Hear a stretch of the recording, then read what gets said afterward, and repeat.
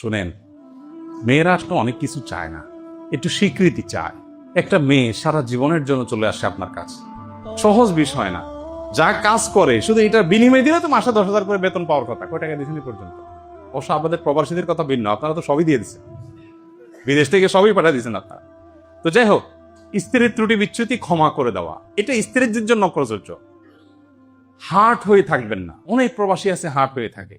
আমি সৌদিতে যখন ছিলাম দাম্মামে, এক বাংলাদেশিকে দেখলাম, তখন নেটে এত ইয়ে ছিল না, দেখি কার্ড কিনে আনছে দোকান থেকে, আয়না বসছে, বুড়া কতক্ষণ কথা কইলো, 10 রিয়ালে কার্ড ঢুকাইছে, কতক্ষণ পরে শেষ, দেশে কথা বলছে, আবার আরেকটা কিনে আনছে।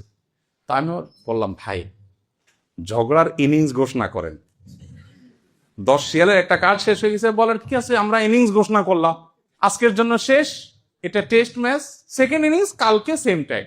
তাহলে কি হবে, এই 24 ঘন্টার মধ্যে ঝগড়ার যে দোনোজনেরই চলে আসবে। এরপরে কথা বললে দেখবেন যে কথা আসবে কি লাইনে কথা, তখন দেখবেন কথা আসবে, আচ্ছা যা হয়েছে হয়েছে, এখন সমাধানের কথা বলো।